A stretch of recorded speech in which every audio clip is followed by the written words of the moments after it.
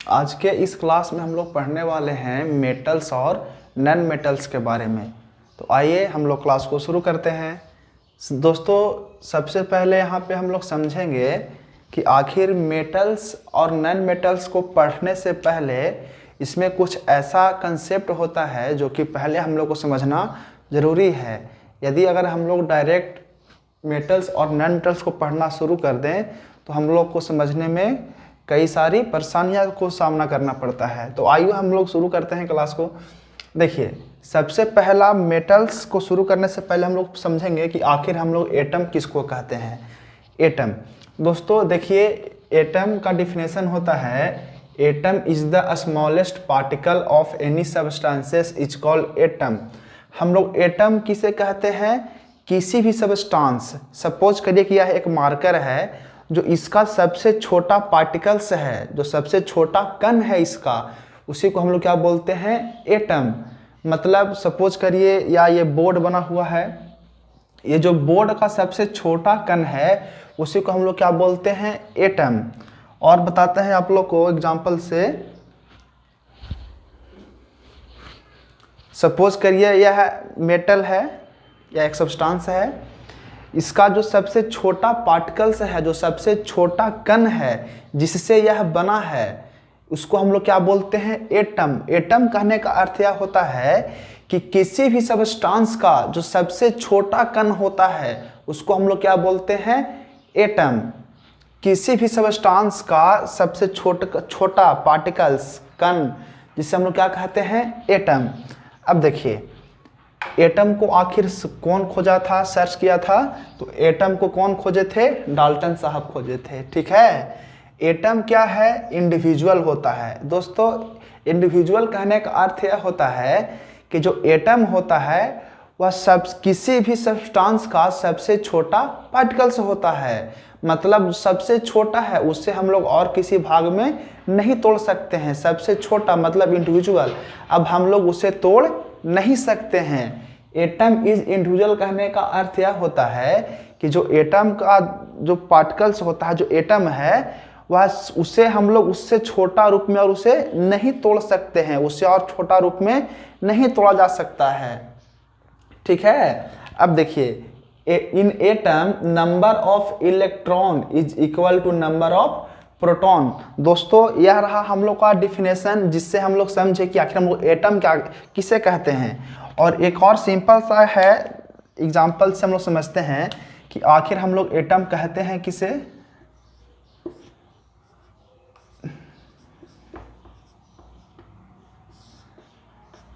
देखिए दोस्तों, एटम में क्या होता है कि जो नंबर ऑफ इलेक्ट्रॉन होता है is equal to number of proton.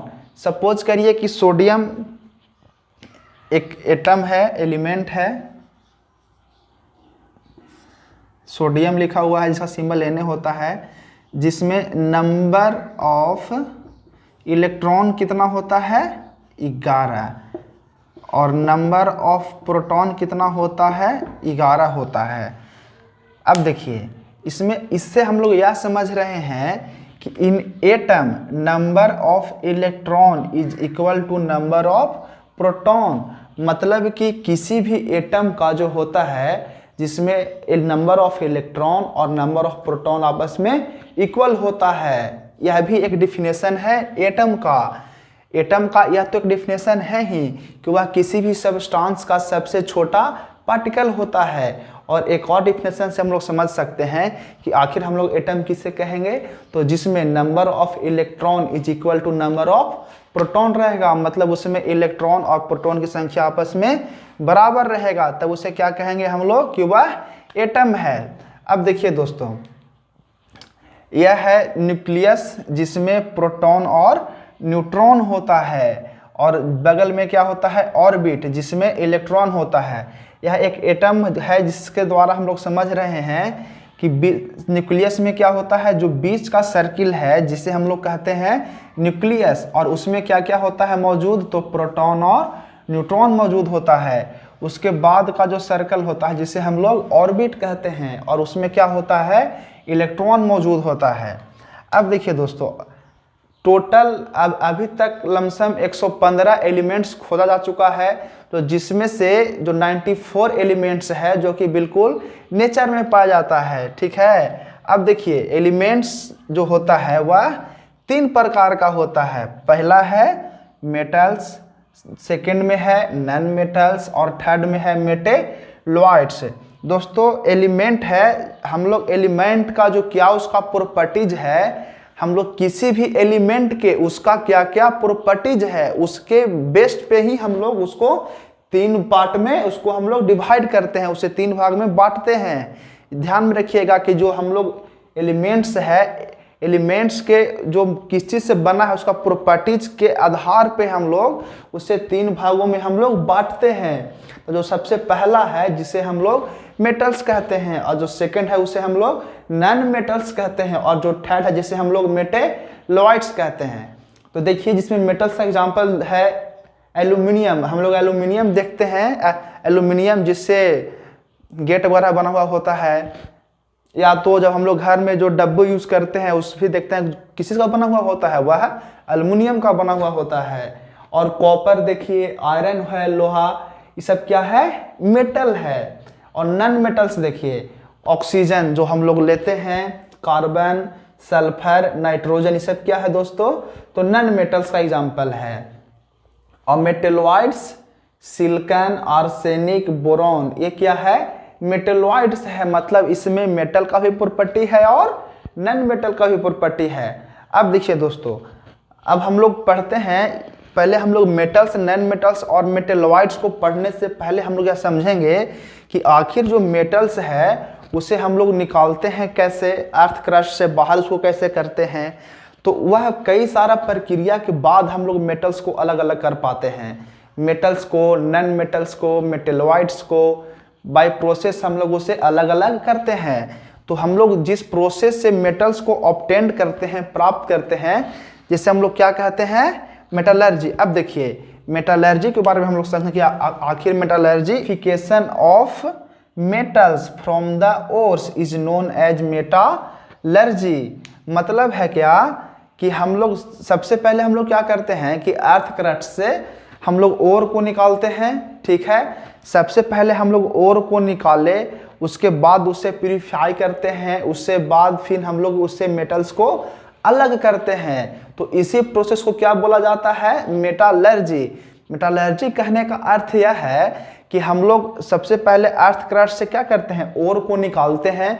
ओर को निकालने के बाद हम लोग क्या करते हैं, उससे हम लोग उसे प्यूरिफाई करते हैं। जो इसी प्रोसेस को हम लोग क्या बोलते हैं दोस्तों, मेटलर्जी। मतलब ओर को सबसे पहले निकालना अर्थ क्रस्ट से, उसके बाद उसे प्यूरिफाई करना, तो इसी प्रोसेस को हम लोग बोलते हैं मेटलर्जी। अब जानेंगे हम लोग कि मेटलर्जी का कितने प्रकार होता है। तो मेटलर्जी 2 प्रकार का होता है। जो फर्स्ट है जिसे हम लोग कहते हैं पायरोमेटलर्जी, और जो सेकंड है उसे हम लोग कहते हैं हाइड्रोमेटलर्जी। अब हम लोग देखते हैं दोस्तों,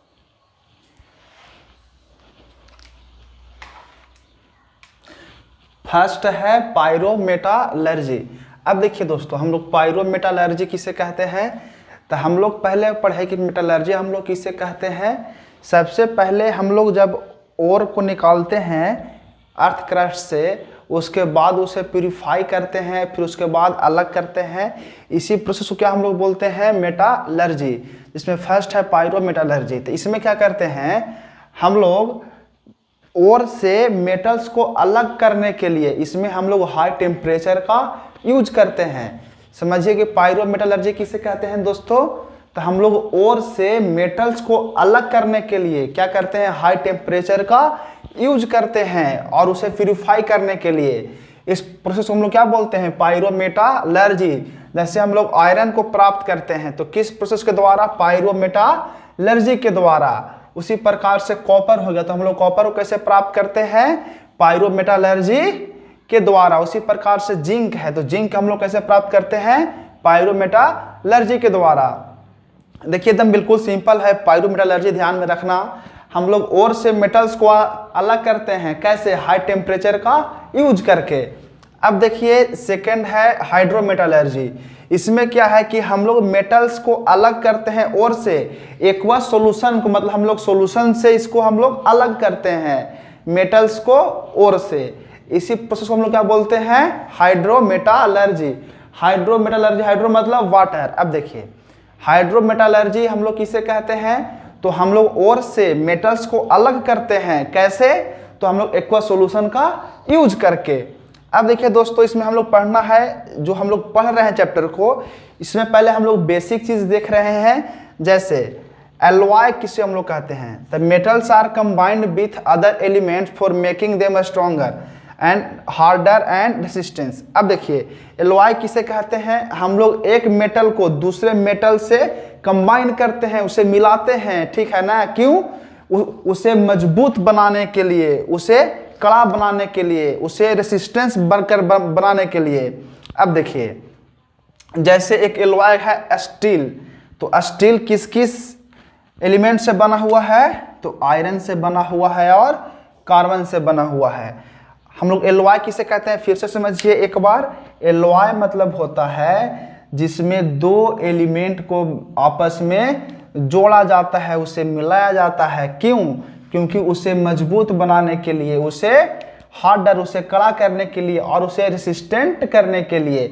अब देखिए जैसे स्टील है, क्या है? एक एलॉय है, तो जिससे आयरन से और कार्बन दोनों मिलकर क्या बनता है? स्टील बनता है। और स्टील का हम लोग यूज जानते ही हैं, हम लोग कहाँ कहाँ करते हैं? पार्ट्स ऑफ द कार, जो कार का पार्ट्स पुर्जा है वहाँ हम लोग स्टील के थाली में खाना भी खाते हैं। अब देखिए हम लोग मिनरल्स किसे कहते हैं? अब इसमें समझने की बात है कि मिनरल्स किसे कहते हैं? Highly reactive metals. कौन मेटल्स? जो कि हाईली रिएक्टिव हो, विच रिएक्ट विथ अदर एलिमेंट। वो क्या करता है? देखिए कोई हाईली रिएक्टिव मेटल है जो कि दूसरे एलिमेंट के साथ क्या करके रिएक्शन करके क्या बनता है? एक अलग मेटल बनता है, जो कि क्या होता है? कंबाइंड स्टेट में होता है। हाईली रिएक्टिव मेटल दूसरे एलिमेंट से रिएक्शन करके एक कंबाइंड मेटल बनाता है। इस प्रोसेस को हम लोग क्या बोलते हैं? मिनरल्स। अब देखिए और फिर से समझिए, the minerals from which metals can be extracted, मतलब वैसा मिनरल जिससे मेटल्स को निकाला जाता है। तो किस लिए दोस्तों? प्रॉफिटेबली, मतलब उससे हम लोग को लाभ कमाने के लिए। इसी प्रोसेस को हम लोग क्या बोलते हैं? Ores.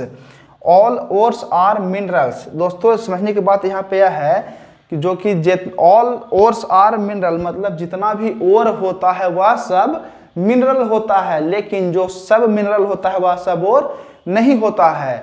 All ores are mineral but all minerals are not ores, मतलब जितना जो ओर है वो सब क्या होता है? मिनरल्स होता है, लेकिन सभी मिनरल्स ओर नहीं होता है। आइए इस ओर को हम लोग और अच्छी तरह से समझते हैं कि आखिर हम लोग ओर किसे कहते हैं। अब देखिए हम लोग और तो बता रहे हैं कि किसे कहते हैं, और समझते हैं बढ़िया से। देखिए दोस्तों ये क्या है? जिंक सल्फेट का हम लोग और निकाले हैं अर्थ क्रस्ट से, या मिनरल निकाले हैं, और हम लोग जिंक कार्बोनेट निकाले हैं और जिंक ऑक्साइड। आखिर हम लोग और कहते हैं किसे? जो देखिए समझिए, हम लोग अर्थ क्रस्ट से मिनरल निकाल चुके हैं, जिसे जिंक सल्फेट के रूप में हम लोग उसे निकाले हैं। अब हम लोग को जिंक सल्फेट से हम लोग चाहते हैं कि जिंक जो है, हम लोग जिंक को अलग कर लें। अब हम लोग जिंक को निकालना चाहते हैं। क्यों? क्योंकि निकाल कर इसे हम लोग मार्केट में फॉर सेलिंग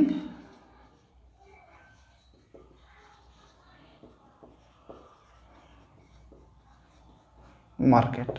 अब देखिए हम लोग जिंक सल्फेट से हम लोग जिंक को अलग कर रहे हैं। किस लिए?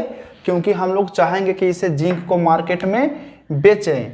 अब हम लोग फिर जिंक कार्बोनेट से हम लोग जिंक को निकाल रहे हैं, तो इससे भी जिंक निकल रहा है। और हम लोग जब जिंक ऑक्साइड से जिंक को निकाल रहे हैं, तो अब देखिए यदि हम लोग जिंक ऑक्साइड से हम लोग जिंक को निकाल रहे हैं, तो हमको 1 kg जिंक निकालने में 30 रुपया खर्चा हमको मतलब घर पे बैठ रहा है।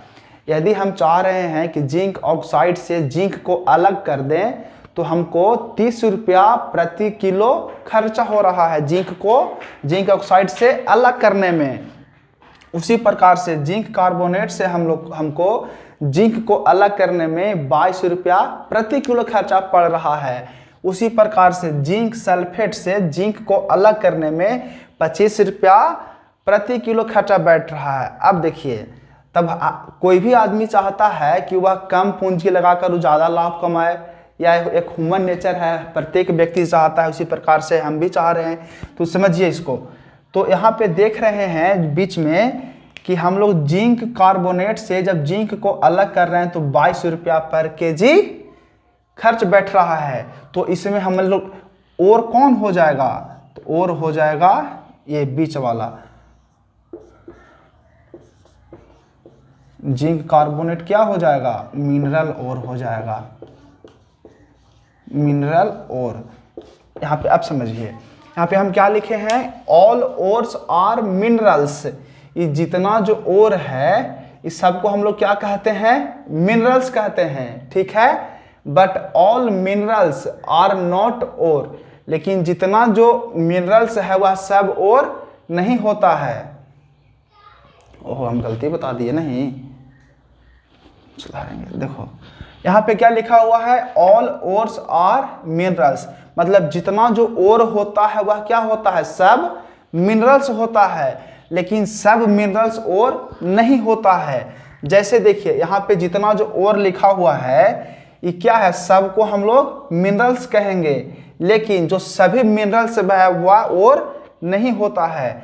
जैसे देखिए दोस्तों, यह ओर क्या हुआ, ओर केवल हुआ जिंक कार्बोनेट, लेकिन मिनरल्स क्या है, ये नहीं है। अब देखिए मिनरल और में हम समझ रहे हैं, आप लोग को अंतर समझ में आ गया होगा।